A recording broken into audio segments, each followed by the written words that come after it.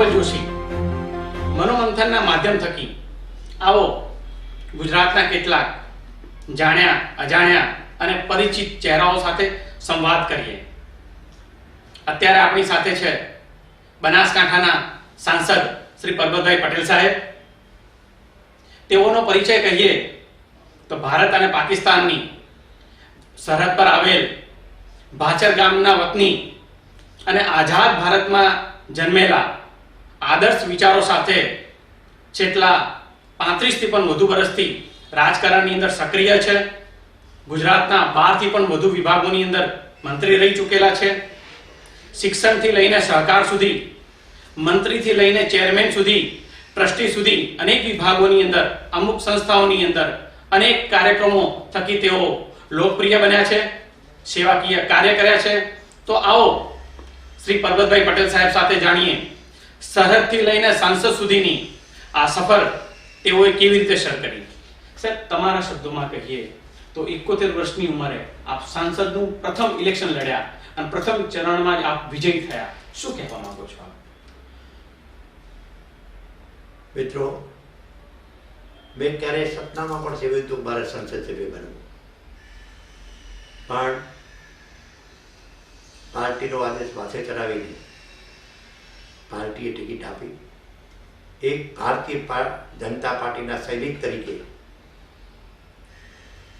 મને ટિકિટ આપી અને નરેન્દ્રભાઈ મોદી દેશના લોકલાડીલા પ્રધાનમંત્રી ગુજરાતના સપૂતના નામે સમગ્ર દેશમાં જે રીતે મોઢું ફરી વળ્યું એ રીતે બનાસકાંઠા જિલ્લાની પ્રજાએ પણ નરેન્દ્રભાઈના નામે, તો વ્યક્તિગત મારો અભિપ્રાય છે કે જે રીતે નરેન્દ્રભાઈને દેશની પ્રજા ઈચ્છી હતી એ રીતે બનાસકાંઠા જિલ્લાની પ્રજાએ પણ પરબતભાઈને સંસદ સભ્ય તરીકે પણ ભારતીય જનતા પાર્ટીના કમળના ઉમેદવાર તરીકે નરેન્દ્રભાઈના નામે જંગી બહુમતીથી જીતાડ્યા। એવો મારો વ્યક્તિગત। ખાસ કરીને સાહેબ વાત કરીએ તો બનાસકાંઠા જિલ્લામાં કોઈ પર્યટન સ્થળ નથી, જેમ સ્ટેચ્યુ ઓફ યુનિટી છે, તો આ જિલ્લાની અંદર એવું કોઈ પર્યટન સ્થળ બને એ માટે આપના પ્રયાસો શું હશે? ચોક્કસ આપની વાત સાચી છે। હું તો પર્યટન થકી ખૂબ વિકાસ થાય છે। હું માનું ત્યાં સુધી નરેન્દ્રભાઈ ગુજરાતના મુખ્યમંત્રી બન્યા એના પહેલાં ટુરિઝમને ક્યારેય ઉદ્યોગ તરીકે કે જેના દ્વારા રોજગારીની તકો પ્રાપ્ત થાય અને સ્થાનિક કક્ષાએ ખૂબ વિકાસ થાય કોઈ વિચાર્યું નથી। કચ્છમાં ધોરડોનું રણ ત્યાંનું ત્યાં સફેદ રણ હતું, પણ નરેન્દ્રભાઈએ આવીને કે કચ્છમાં સફેદ રણ છે જે ઉજાગર કરીને ત્યાં ટુરિઝમ તરીકે તેનો વિકાસ કર્યો। એ જ રીતે આપણે તો પણ મારે કહેવું છે કે બનાસકાંઠા જિલ્લામાં આમ તો સોઈગામ નળેશ્વરી માતાનું મંદિર, બોર્ડર, રણ જ કેવા, પણ છતાં જેમ વાઘા બોર્ડર ઉપર લોકો જાય છે એમ અત્યારે સોઈગામમાં પણ નરેન્દ્રભાઈને એમ થયું કે આ બોર્ડર જે રીતે કરીને બોર્ડરના ડેવલપમેન્ટ માટે કરીને લોકો ત્યાં બોર્ડર જોવા માટે જાય। વાઘા બોર્ડરમાં બંને પક્ષે હિન્દુસ્તાન અને પાકિસ્તાનનું સૈન્ય જે રીતે રિહર્સલ કરે છે આપણને બધાને એમનો નજારો જોવા મળે છે। એ રીતે પણ આપણે નણાબેટ ખાતે પણ બોર્ડર ઉપર એક તરફી આપણું સૈન્ય BSF આ કામ કરે છે। અંબાજી સમગ્ર વિશ્વમાં મોટામાં મોટી મા અંબેમાં તરીકે બનાસકાંઠાના જિલ્લાની ઓળખ એટલે મા અંબા, અને મા અંબામાં જે 51 શક્તિપીઠની સ્થાપના કરીને નરેન્દ્રભાઈએ બધી શક્તિપીઠો અંબાજી ખાતે લાવી। અત્યારે હું એવું માનીશ કે આ સાલે તો કોરોના છે, પણ તે ભાદરવી પૂનમમાં વહીવટી તંત્ર ખડે પગે રહીને જે વ્યવસ્થા કરે, જે કામ છે એમાં બેરગુણ કામો કર્યા છે। અને અત્યારે પણ ટુરિઝમ તરીકે બીજું નવું જે કંઈ કરવા જેવું છે, ક્યાંક ક્યાંક આપણા નાના નાના ટુરિઝમ સ્થળો છે, જેમ બાલારામ છે, એ જ રીતે જેસોર હિલ છે, ક્યાંય છે જેનો જે રીતે વિકાસ થયો, થોડું જેસોર હિલમાં સારું પણ થયું છે। હું જે 85માં પહેલો ધારાસભ્ય છો ત્યારે જેસોર માટેનું વિધાનસભામાં મેં પ્રસ્તાવ મૂક્યો। આ બધા જ છે, અને જ્યાં જ્યાં આપણા નાના પર્યટક સ્થળનો વિકાસ થાય એમ છે એ બધાના ઉપર ખબર રાખીને વધારેમાં વધારે એકાદ સ્થળ ખૂબ સારું વિકસે એ દિશામાં આગળ વધશું। ખાસ કરીને યુવાધન છે, બનાસકાંઠા જિલ્લામાં 14 તાલુકાઓ છે, 1700 થી પણ વધુ ગામડાઓ છે, 32 લાખથી પણ વધુ પોપ્યુલેશન છે. તેમ છતાં પણ સાહેબ આ જિલ્લાની અંદર એક પણ રમતગમતનું એવું સંકુલ નથી કે જ્યાં આપણી સમાજની બહેન દીકરી અથવા યુવા ભાઈ જઈને ત્યાં દોડી શકે, રમી શકે, ખેલકૂદ ક્ષેત્રે આગળ આવી શકે. તો એ અંગે આપ શું કરી શકો છો આવનારા દિવસોમાં? રાજ્યની સરકાર અને દેશની સરકાર સ્પોર્ટ્સ માટે ખૂબ કામ કરે છે. જે રીતે નરેન્દ્રભાઈએ શરૂઆત કરી ખેલ મહાકુંભ, દોડશે ગુજરાત, જીતશે ગુજરાત, એ જ રીતે સમગ્ર હિન્દુસ્તાનમાં પણ જે ખેલ મહાકુંભની શરૂઆત કરી છે સ્પોર્ટ્સના માધ્યમથી, કેન્દ્ર સરકાર પણ નો અમારો સ્પોર્ટ્સ વિભાગ એ રીતે મિત્રો પ્રયત્નો કરે છે કે યુવાનોમાં આસક્તિ ખીલે. આપણે જે સ્પોર્ટ્સની વાત કરી કે બનાસકાંઠા જિલ્લામાં સ્પોર્ટ્સના સાધનો મોટે ભાગે શું કે જિલ્લા ખાતે એક સંકુલ આપવાની રાજ્ય સરકારની નીતિ છે કે જિલ્લા ખાતે એક સ્પોર્ટ્સ સંકુલ મોટું આપવું, પણ સાથે સાથે તાલુકા કક્ષાએ પણ ક્યાંય ક્યાંય જે જરૂરિયાત મુજબ જે સ્કૂલમાં બાળકો છે અને જ્યાં માગણી થાય તે આવું ક્યાંય ક્યાંય સાધનની સહાય પણ આપી છે.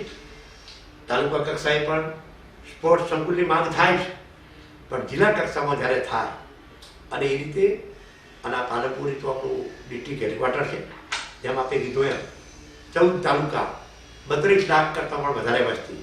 આમ તો મારા મિત્રો કેવું છે કે સમગ્ર રાજ્યના જ્યારે 19 તાલુકા હતા ત્યારે શિક્ષણના ક્ષેત્રમાં બનાસકાંઠા 19મા ક્રમે હતો. પંચમહાલ, ડાંગ અને બનાસકાંઠા 3માં આપણે છેલ્લા ક્રમે.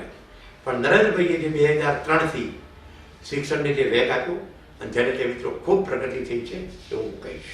ખાસ કરીને સાહેબ કહીએ તો બનાસકાંઠા જિલ્લાની જીવાદોરી બનાસ ડેરી સાહેબ શું છે? જે લોકો સત્તામાં નથી તેઓ માટે બનાસ ડેરી શું છે? મિત્રો મારી દ્રષ્ટિએ બનાસ ડેરી એ બનાસકાંઠા વાસીઓની, બનાસકાંઠાના દૂધ ઉત્પાદકોની, પશુપાલકોની, ખેડૂતોની મારી ડેરી છે.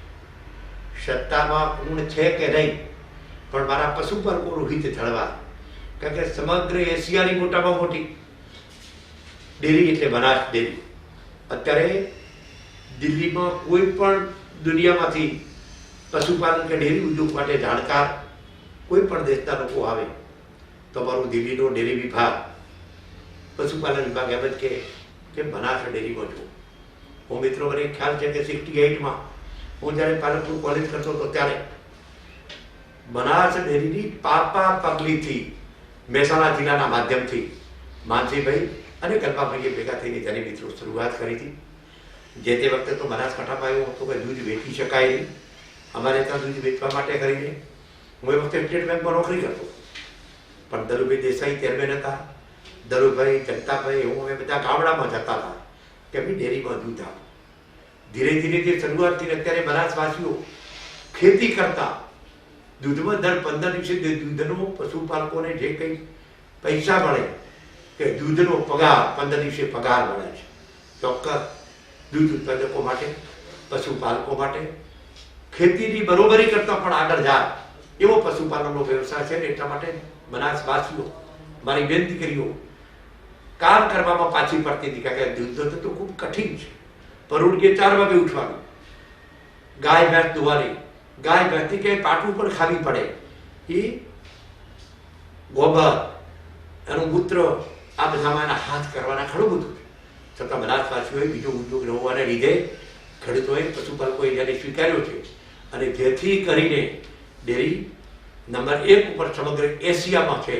આ સામે 73 લાખ સુધી જ્યારે દૈનિક દૂધ થતું હોય અને રોજના લગભગ 32 કરોડ રૂપિયા પર ડે ખેડૂતોના ઘરમાં જતા હોય, આમાં સત્તા કે ન સત્તાની, સત્તામાં કોઈ હોય દરેક માટે છે અને તેનું નામ એક જણને મળે છે. ખાસ કરીને આપણે પણ એક વાતમાં અભિનંદન આપવાના છે. આપ બનાસ ડેરીની અંદર ડિરેક્ટર બોર્ડમાં આવ્યા છો અને બિનહરીફ ચૂંટાણા છો. સાહેબ, બિનહરીફ આ ચૂંટણી થઈ એનો શું મેસેજ આપવા માંગો છો અન્ય સહકારી ક્ષેત્રો કે જે લાખો કરોડોના ખર્ચે ઇલેક્શન લડતા હોય, સમય બગડતો હોય, પૈસાનો વ્યય થતો હોય અને તેવાની અંદર લોકડાઉનના કપરા કાળની અંદર એક બિનહરીફ ચૂંટણી થવી, પારદર્શક ચૂંટણી થવી, શું મેસેજ આપવા માંગો છો? મિત્રો, આ વખતે 2-3 મહિના પહેલા ઘણી બધી જિલ્લામાં વાતો ચાલી, મારા નામે પણ ક્યાંક વાત ચાલી છે. મેં ક્યારેય કીધું નથી કે ચૂંટણી લડવાની છે કે ચૂંટણી થશે. મારી પાસે મારા વાવના મતદારો આવીને કહેતા હતા સાહેબ ગમે એમ કરીને વાવ અને થરા આપણે આ 2 સીટો તો બિનહરીફ કરવો છે. ત્યારે હું એમને કહેતો હતો કે વાવ થરા 2 નહીં, આખો જિલ્લો બિનહરીફ થાય એ દિશામાં આપણે જવું છે. અને મારું પહેલેથી ક્યાંક કોઈનો ગમો અણગમો હોય પણ મારી માનસિકતા એવી કે હું સંસદ જ બેઠું, મારે કોઈને જુદા પાડવાથી મારે ભેગા કરવાના છે. પાર્ટીનો વ્યાપ વધે, અંદર અંદર અમારો ઝઘડો થાય નહીં અને લડી ઝઘડીને પણ છેવટ બેમાંથી એક જણ આવે છે. ત્યારે આ સહકારી સંસ્થામાં આ વખતે ચૂંટણી ન થાય અને સર્વાનુમતે બિનહરીફ થાય એવું મારું મન પહેલેથી હતું. અને એટલા માટે તો જ્યારે ફોર્મ ભરવાની શરૂઆત થઈ હતી ત્યારે પણ મેં મારા પ્રદેશ અધ્યક્ષશ્રીને પણ કીધું હતું કે સાહેબ બને ત્યાં સુધી ફોર્મ ઓછા પાછો ખેંચવામાં પડે એ દિશામાં અમે આગળ વધશું. આવી વાત મેં પહેલેથી કરી હતી. અને એટલા માટે અને શંકરભાઈએ વચ્ચે કીધું ત્યારે પણ મેં કીધું એવું કે બને તો આપણે ફોર્મ ન ખેંચવામાં પડે એ વાત ઉપર જવાય. ક્યાંય કોઈનો ગમો અણગમો હશે પણ મારે પહેલેથી દ્રષ્ટિકોણ એવો હતો કે સારા માટે કરોડો રૂપિયા ખર્ચીને એકબીજાને સામસામા લાવવા, અંદર અંદર ઝઘડો કરવો અને એને લીધે પહેલેથી જે માનસિકતા કે બને ત્યાં સુધી પહેલા મિત્રો આખો બોર્ડ બિનહરીફ થશે એવો ખ્યાલ નહોતો પણ મોટા ભાગે બિનહરીફ થશે. પણ 5 તારીખે વાંચી મેં જ્યારે કમલમમાં હું પહોંચ્યો ત્યારે 2-5 મિત્રો મારા પત્રકાર મિત્રોએ પૂછ્યું હતું ત્યારે મેં કીધું કે લગભગ 100% ડેરી આપણું બોર્ડ મારું બિનહરીફ થશે. અત્યારે મને 1 સીટ પૂરતો એમ છે પણ એને પણ સમજાવવા તો પતી જાય. એટલે આ મિત્રો મારું માનસિકતા હતી. ખાસ કરીને સર કૃષિ વિધેયક બિલ આવ્યું છે નવું, ચારે તરફ એનો વિરોધ થઈ રહ્યો છે. લોકો સાચી માહિતી જાણવા માંગે છે. એપીએમસી ને લઈને એનો શું ફટકો થવાનો છે, કાં પછી ખેડૂતોને એને લઈને શું ફાયદો થવાનો છે, ભવિષ્ય એમનું કેવું હશે? એપીએમસીના જે વિધેયકો, આમ તો 3 વિધેયક પણ 2 વિધેયકો સ્પેસિફિક એપીએમસી ને કરાર આધારે ખેડૂતો માટેના સંસદે પસાર કર્યા, રાજ્ય સરકારે પણ પસાર કર્યા. આમાં મિત્રો હું સ્પષ્ટ કહેવા માંગુ છું કે આ વિધેયકો થકી ખેડૂતોને ક્યાંય કોઈ પણ પ્રકારનું નુકસાન નથી. ચોક્કસ એપીએમસી ક્યાંય બંધ થવાની નથી. જો અમારા ખેડૂતોને એપીએમસી ઉપર વિશ્વાસ હશે તો એ એપીએમસીને એક નવા પૈસા પણ નુકસાન નથી. પણ ક્યાંય છૂટ માત્ર એટલી આપી છે કે એપીએમસી જે છે એનું કાર્યક્ષેત્ર અત્યારે એની માર્કેટ છે એનો 14 વિસ્તાર છે એટલા પૂરતું મર્યાદિત કર્યું છે. બજારની બહાર પેલા ગામડામાં પણ કોઈ માલ વેચે, બજારમાં આવીને કોઈ વેપારીએ માલ ખરીદ્યો હોય તો એનામાંથી સેસથી માર્કેટને મળતી. મારા ખેડૂત માટે ક્યાંય કોઈ તકલીફ નથી. ખેડૂત ભૂતકાળમાં જ્યારે એપીએમસી એક્ટ નહોતો આવ્યો ત્યારે પણ એના ઘેર બેઠા પાક ઉભો હોય વેપારી એનો સોદો કરતા હતા. અત્યારે પણ એ જ રીતે વેચી શકશે. કરાર આધારિત ખેતીમાં તો ખેડૂતોને ખરેખર ઘણો ફાયદો પણ થશે. આ ફાયદાકારક ઊભી છે. અને આમ તો ઈ-ગ્રામ જ્યારે આવ્યું છે કે મોદી સાહેબે એમ કીધું કે દેશમાં ગમે ત્યાં ખેડૂત માલ વેચી શકે એટલે ખેડૂતને કાંઈ તકલીફ છે જ નહીં. પણ આ વિધેયક થકી ક્યાંય ક્યાં ખેડૂતો માટેની જે વાત કરી છે ખેડૂતોના નામે જે કરે છે ભલે પણ સમજણ પડતી નથી. આખા આપણા જિલ્લાની વાત કરું તમને કહું કે કોંગ્રેસે ક્યાં ધરણા કરીને વિરોધ પ્રદર્શિત કર્યો હશે. આખા જિલ્લામાં મારા એક પણ ખેડૂતે ક્યાંય વિરોધ કર્યો નથી, સમજી શકે છે. ક્યાંક મિત્રો માર્કેટ કમિટીને કદાચ શેષ મારો ખેડૂત દરિયા તો ઓછી થશે પણ ખેડૂત માટે અત્યારે હું કહું કે મારો ખેડૂત બાજુમાં રાયડાની મિલ હોય અને રાયડાની મિલ લાયસન્સ લે વેપારી તરીકે ત્યાં સીધો માલ વેચશે તો એને ચડાય ઉતરાય ભરાય લગભગ એક બોરીએ 20 થી 25 રૂપિયાનો ફાયદો ખેડૂતને થાય. આ રીતનું કામ છે. એટલે ખેડૂતને નુકસાની વાળી ક્યાંય વાત જ નથી. એટલે આપ કહો છો કે જે કોંગ્રેસ શાસિત એપીએમસીઓ છે માત્ર એ જ લોકો વિરોધ કરી રહ્યા છે, ક્યાંય કોઈ ખેડૂત નહીં, ખેડૂતનો દીકરો નહીં, એની સાથે જોડાયેલો કોઈ પણ વ્યક્તિ આપણા જિલ્લામાં તો 100% નથી. હા, ક્યાં એકાદ દિવસ ઉમરનો તો જે કોઈ કીધું વેપારીઓએ હડતાલ પાડવાનું વિચાર્યું હશે પણ એ વેપારીઓ માટે થોડું લાયસન્સ કે માર્કેટ કમિટી આપતી હતી એની જગ્યાએ નિયામકભાઈ એને લાયસન્સ લેવા પડશે. તો મારા ખેડૂત માટે ક્યાંય કોઈ તકલીફ નથી. દેશમાં બીજી જગ્યાએ જે રસ્તા રોકો, રેલ રોકો આ આંદોલન થાય છે ત્યાં તો મિત્રો મારા સાંભળવા મુજબ 8.5% શેષ ફી લેવાય છે, આવી વાત છે અન્ય રાજ્યોમાં 2-3 રાજ્યોમાં. જો આવું હોય, આપણે 50 પૈસા તો 8.5% આવું સાંભળ્યું છે. તો મિત્રો કે ખેડૂતોને આ બિલોથી ફાયદો જ છે. ક્યાંય પણ કોઈ પણ એપીએમસી ને કોઈ નુકસાનથી એપીએમસી ક્યાંય બંધ થઈ જવાની નથી.